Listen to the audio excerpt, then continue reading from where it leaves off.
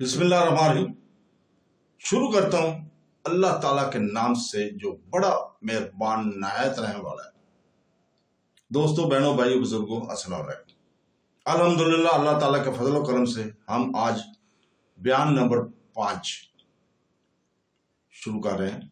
ہمارا مقصد قرآن اور سنت سے سیکھنا اور سکھانا ہے، احکام کو سمجھنا، تاریخ پر غور کرنا اور الہی رہنمائی سے مسائل کا حل تلاش کرنا ہے۔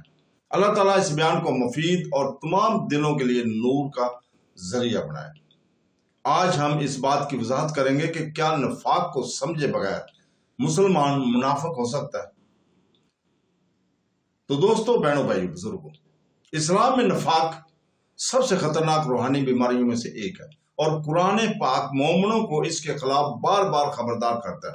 ایک پریشان کن سوال جو بہت سے مسلمان پوچھتے ہیں وہ یہ ہے کہ کیا کوئی شخص پوری طرح سے آگاہ ہوئے بغیر منافقت میں پڑ سکتا ہے؟ قرآن پاک اور حدیث نبوی بتاتی ہیں کہ ہاں، ایک مسلمان نادستہ طور پر نفاق کی خصلتوں کو اپنا سکتا ہے، یہاں تک کہ خود کو مومن سمجھتا ہے۔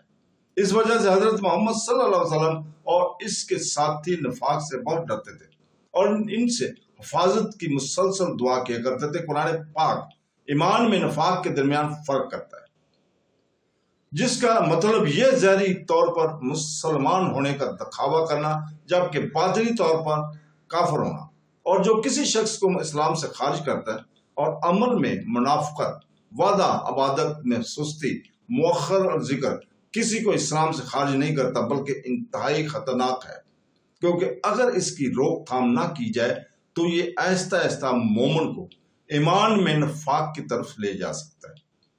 قرآن پاک منافقت کی پوشیدہ نوعیت کو واضح طور پر بیان کرتا ہے۔ سورہ بقرہ کی آیت نمبر 8 اور 9 میں اللہ تعالیٰ فرماتا ہے، اور لوگوں میں سے کچھ ایسے بھی ہیں جو کہتے ہیں کہ ہم اللہ اور یوم آخرت پر ایمان رکھتے ہیں، لیکن وہ مومن نہیں ہیں۔ وہ اللہ اور اہل ایمان کو دھوکہ دیتے ہیں، لیکن وہ اپنے آپ کو دھوکہ نہیں دیتے اور نہ ہی اس کا شعور رکھتے ہیں۔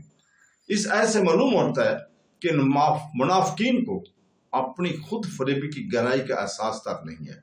ایک لاپرواہ مسلمان جو ظاہری طور پر تو ایمان رکھتا ہے لیکن باطنی طور پر کافر ہے، اس کے کفر کے ایسی حالت میں پڑنے کا خطرہ ہے جس کا اسے احساس نہیں ہے۔ اسی طرح سورہ نساء کی آیت نمبر 142 میں اللہ تعالیٰ منافقین کو نماز میں اس طرح بیان فرماتا ہے، بے شک منافق اللہ تعالیٰ کو دھوکہ دیتے ہیں لیکن وہ انہیں دھوکہ دیتا ہے، اور جب نماز کے لیے کھڑے ہوتے ہیں تو لوگوں کو دیکھنے کے لیے، دکھانے کے لیے سستی کے ساتھ کھڑے ہوتے ہیں اور اللہ تعالیٰ کو یاد نہیں کرتے۔ جو مومن محض دکھاوے یا عادت سے اللہ تعالیٰ کے ذکر کے ساتھ نماز پڑھتا ہے وہ نادانستہ طور پر منافقوں کا طرز عمل اختیار کر سکتا ہے۔ رسول پاک صلی اللہ علیہ وسلم نے واضح طور پر تنبیہ فرمائی ہے کہ بعض روزمرہ کے رویے نفاق کی نشانیاں ہیں۔ صحیح بخاری حدیث نمبر 33 اور صحیح مسلم حدیث نمبر 59 میں آپ نے فرمایا، منافق کی 3 نشانیاں ہیں۔ جب وہ بولتا ہے تو جھوٹ بولتا ہے، جب وہ وعدہ کرتا ہے تو اس کی خلاف ورزی کرتا ہے، اور جب اسے کوئی چیز سونپی جاتی ہے تو اس میں خیانت کرتا ہے۔ یہ ایک برا اور توہین امیز طریقہ ہے۔ سنن ابی داؤد میں 4688 میں اہم بات یہ ہے کہ رسول پاک صلی اللہ علیہ وسلم نے فرمایا کہ مسلمان ان میں سے کچھ خصلتیں ظاہر کر سکتا ہے لیکن ان میں سے کوئی ایک بھی کافر ہے۔ اس کا مطلب یہ ہے کہ کوئی شخص اپنے آپ کو مخلص سمجھے لیکن نادستہ کردار کی خامیوں اور گناہ کی عادات سے منافقت کا اختیار کر لیتا ہے۔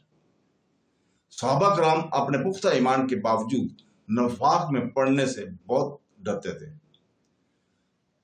حذیفہ بن الایمان، جن کا نام نبی کریم صلی اللہ علیہ وسلم نے منافقین میں سے رکھا ہے، ایک مرتبہ فرمایا، لوگ رسول پاک صلی اللہ علیہ وسلم سے خیر کے بارے میں سوال کرتے ہیں لیکن میں آپ سے اس خوف سے برائی کے بارے میں پوچھتا تھا کہ کہیں مجھ پر پڑ جائے۔ صحیح بخاری حدیث نمبر 360۔ یہاں تک کہ عمر بن خطاب جو ایمان میں ثابت قدمی کے لیے مشہور تھے، ایک مرتبہ حذیفہ رضی اللہ تعالیٰ سے پوچھا کہ کیا آپ منافقین سے ہیں؟ اس سے ظاہر ہوتا ہے کہ بہترین مومنین میں نافاق سے خوف زدہ تھے۔ یہ ظاہر کرتے ہیں کہ اس کا احساس کیے بغیر اس میں پھسل جانا ممکن ہے۔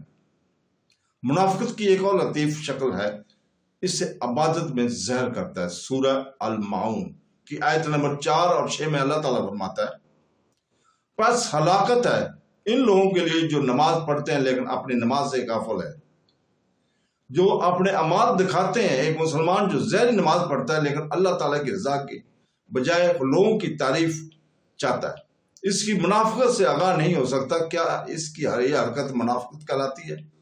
مثلا احمد حدیث نمبر 23,408، کیونکہ اس سے اخلاص ختم ہو جاتا ہے، اس لیے کوئی اس کی طرف توجہ نہیں کرتا۔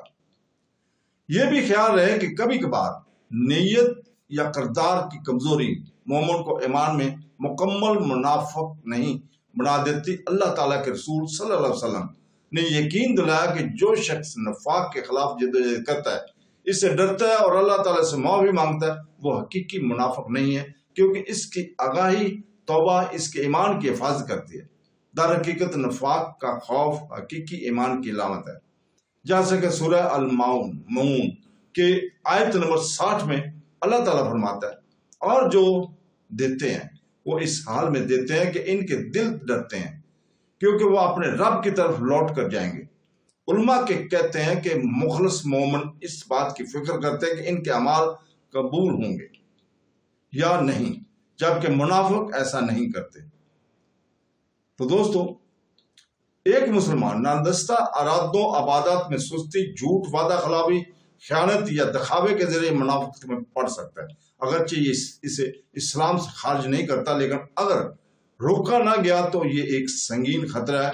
قرآن و حدیث مومنوں کو اپنے ارادوں کی مسلسل تجدید، ہوشیار رہنے اور نفاق سے حفاظت کی دعا کرنے کی یاد دلاتا ہے۔ رسول پاک صلی اللہ علیہ وسلم خود یہ دعا کیا کرتے تھے، اے اللہ، میں نفاق اور دکھاوے سے تیری پناہ مانگتا ہوں۔ چنانچہ اخلاص اور خود پر پرکھ اور توبہ وہ ڈھال ہے جو ایک مسلمان کو انجانے میں منافق بننے سے بچاتی ہے۔ تو دوستو، بہنوں، بھائیو، بزرگوں، ہم آج کی بحث کا اختتام اس عاجزانہ دعا کے ساتھ کرتے ہیں، اے اللہ ہمارے دلوں کو پاک فرما، اے اللہ ہمارے اعمال کو قبول فرما، ہمارے گناہوں کو معاف فرما اور ہمیں اپنے شکر گزار بندوں میں شامل فرما۔ ہمارے وقت، ہمارے اہل و عیال اور ہمارے ایمان میں برکت عطا فرما اور ہمیں قیامت کے دن اپنی رحمت کے سائے میں جمع فرما۔ آمین ثم آمین۔ اللہ حافظ۔